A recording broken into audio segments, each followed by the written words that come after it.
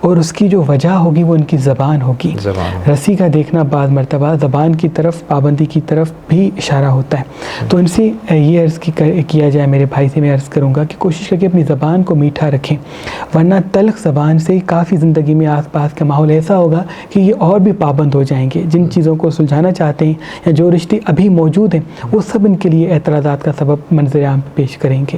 تو میٹھی زبان تمام مسائل کا حل بنے گی، اور جتنا ہو سکے اپنے آپ کو ظاہر نہ کریں، اپنی خوبیوں کو، اپنی نعمتوں کو، ورنہ کیا ہوگا وہ نعمتیں جو ان کے پاس ابھی ہیں اس میں قلت جو ہے وہ منظر عام پہ آنا شروع ہو جائے گی.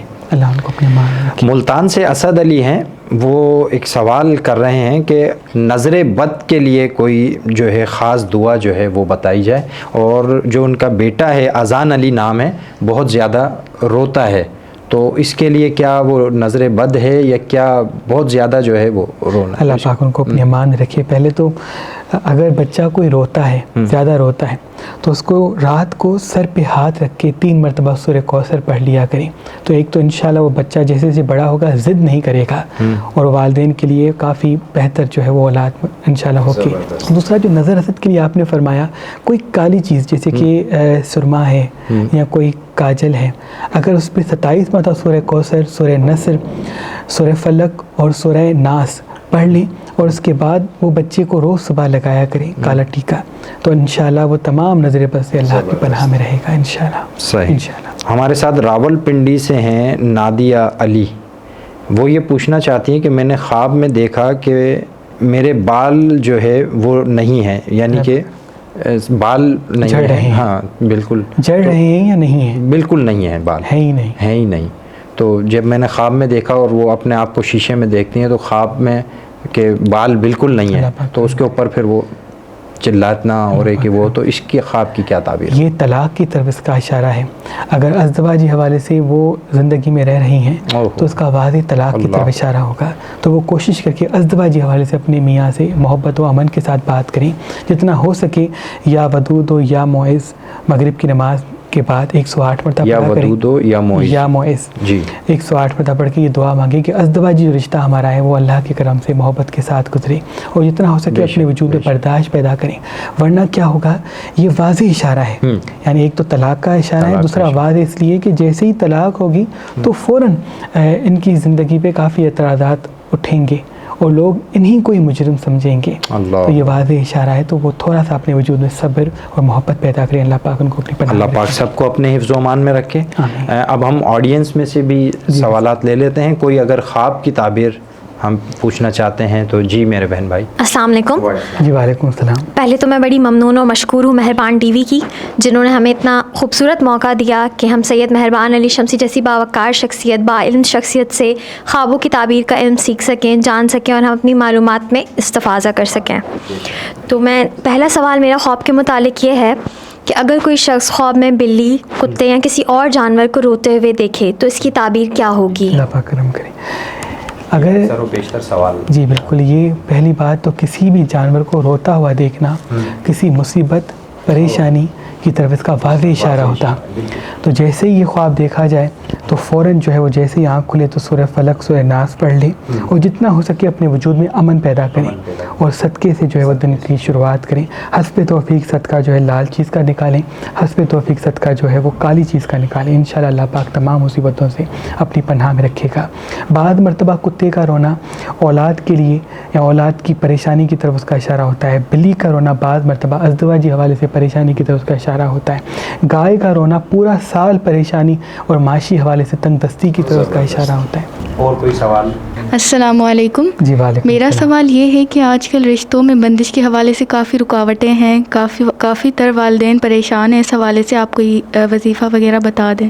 جی بالکل. اچھا، ایک وظیفہ حضرت قلندر لال شہباز سے منسوب ہے کہ اگر کوئی عورت عصر کے وقت مہندی لگاتی ہے ہر جمعرات کو، عصر کے وقت، اور پھر مغرب سے پہلے وہ ہاتھ دھو لیتی ہے، اور پھر 27 مرتبہ سورہ کوثر، سورہ نصر پڑھتی ہے، اور 108 مرتبہ یا معز و یا ودود پڑھتی ہے، تو اللہ کے کرم سے کچھ ہی ہفتوں میں وہ شادی یا اچھے رشتے کی خوشخبری پائے گی. اور اگر کوئی عورت جمعے کے دن، حضرت شاہ شمس سے منسوب ہے کہ سورہ یوسف کو پڑھتی ہے ہر جمعے کے دن، یعنی ظہر کے بعد، تو اللہ پاک کے فضل و کرم سے جلد ہی وہ اپنے لیے اچھا رشتہ دیکھے گی انشاءاللہ مولا کے کرم سے. بہت اچھا ایک سوال آپ نے کیا ہے، اور یہ ہر گھر کی ضرورت ہے. ہماری دعا ہے کہ مولا پاک ہماری تمام بہنوں کے اچھے رشتے جو ہے وہ مولا پاک ان کو نصیب کرے. السلام علیکم. جی وعلیکم. میرا آپ سے یہ سوال ہے کہ کسی کو بھی کوئی چیز یاد نہیں ہوتی، زیادہ تر پڑھائی میں مشکلات ہوتی ہیں، کوئی یاد نہیں ہوتی، تو اس کے لیے کیا کیا جائے؟ یادداشت کی کمزوری ہے. جی بالکل، آپ نے جو سوال پوچھا بہت ہی ماشاءاللہ آج کل کے دور کے حوالے سے ہے کہ امام جعفر صادق علیہ السلام سے منسوب ہے کہ کوئی انسان رات کو 3 بادام پانی میں بھگو دے اور صبح اٹھ کے اس کی کھال اتار کے اس پہ یا علیم ہو یا اللہ 27 مرتبہ دم کرے اور پھر وہ کھائے تو اللہ پاک کے کرم سے ان کا دماغ تیز ہوگا. تو بہت ہی آسان سا عمل ہے، تو انشاءاللہ آپ کیجیے گا. تو ایک تو آپ پڑھائی میں بھی ہوشیار ہوں گے، علم کے حوالے سے بھی آپ کے اندر جو تڑپ پیدا ہوگی، اور ساتھ ساتھ آپ جو دماغ ہے وہ بھی آپ کا تیز ہوگا. دوسرا، جب گھر سے باہر نکلتے ہیں تو 3 مرتبہ سورہ نصر پڑھ کے نکلا کریں اس دعا کے ساتھ کہ اے میرے اللہ مجھے کامیابی و کامرانی عنایت فرما. تو انشاءاللہ ان سے بھی جو ہے دماغ تیز ہوتا ہے اور حاضر دماغی قائم ہوتی ہے. اللہ پاک کرم فرمائیں گے. زبردست. السلام علیکم. جی وعلیکم. تو میرا سوال آپ سے یہ ہے کہ آج کل انسان کسی بھی جگہ یا کسی چیز میں بڑھنے کی کر رہا ہے تو اس میں لوگ جیلس ہوتے ہیں، اپنے یا پرائے کوئی بھی، تو ان سے کیسے بچا جائے؟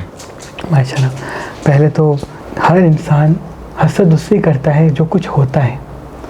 جب آپ کوئی نعمت حاصل کریں گے، ترقی حاصل کریں گے، تبھی لوگ آپ سے حسد کریں گے. ناکام انسان سے کوئی حسد نہیں کرتا. تو سب سے پہلے تو آپ اپنے وجود میں یہ خوشی پیدا کریں، یہ یقین کریں کہ آپ صحیح راستے پہ ہیں، آپ اس قابل ہیں، تبھی تو لوگ آپ سے حسد کرتے ہیں. اور اس کے ساتھ ساتھ جیسے کہ جب صبح کا آغاز آپ کرتے ہیں تو آپ پانی کے گلاس پہ چاروں کو لے کے 1 مرتبہ دم کریں، آیت الکرسی دم کریں، اور 27 مرتبہ من شر حاسد اذا حسد پڑھا کریں کہ اے میرے اللہ مجھے تمام حسد کرنے والوں کے حسد سے اپنی پناہ میں رکھ، ان کی نحس چیزوں سے مجھے اپنی پناہ میں رکھ. تو انشاءاللہ کبھی بھی کسی کی نحس چیز یا نظر حسد آپ پہ حاوی نہیں ہوگی. بہت شکریہ.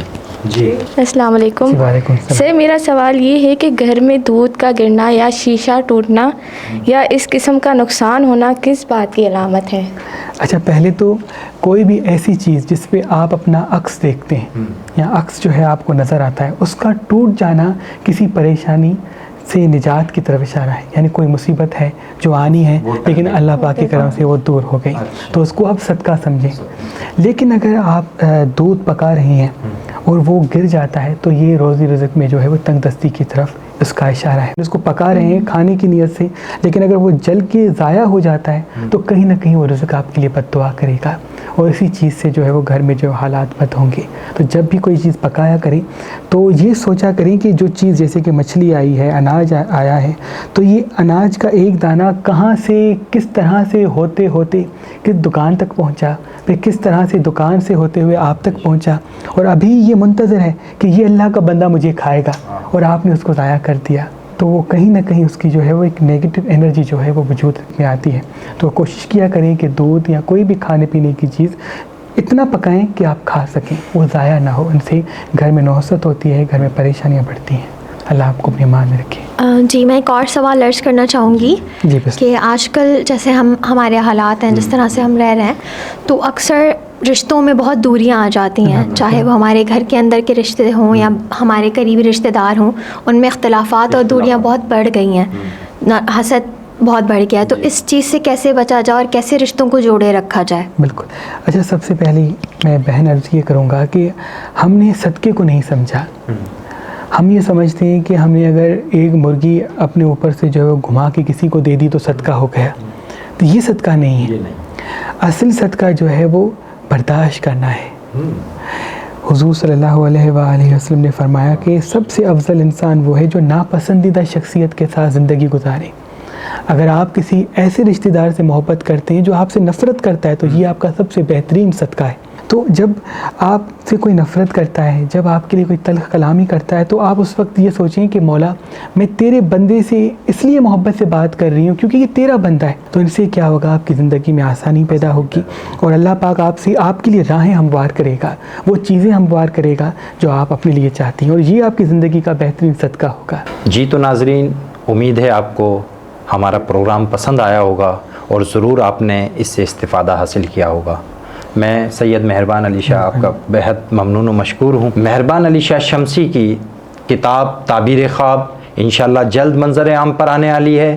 اگر آپ پری بکنگ کرانا چاہتے ہیں تو آپ فی الفور رابطہ کیجئے، آپ کو مہربان علی شاہ شمسی کے دستخط شدہ کتابیں آپ کو دی جائیں گی۔ جو بھی ہمارے دوست پری بکنگ کرائیں گے انہیں سید مہربان علی شاہ شمسی کے دستخط شدہ کتابیں ہم انہیں دیں گے۔ یہ کتاب حضرت شاہ شمس تبریز، حضرت لال شہباز قلندر رحمۃ اللہ علیہ اور دیگر آباء و اجداد جو مہربان علی شاہ شمسی تک نسل در نسل یہ علوم پہنچا ہے، ان تمام علوم کو اس کتاب میں یکجا کر کے تعبیر خواب کی اس کاوش کو مہربان علی شاہ شمسی نے مکمل کیا ہے۔ اگر یہ کتاب آپ پری بکنگ پر حاصل کرنا چاہتے ہیں تو اس کتاب میں آپ کو مہربان علی شاہ شمسی کے دستخط بھی ملیں گے، تو پری بکنگ کرائیے، فی الفور رابطہ کیجئے۔ السلام علیکم ورحمۃ اللہ وبرکاتہ۔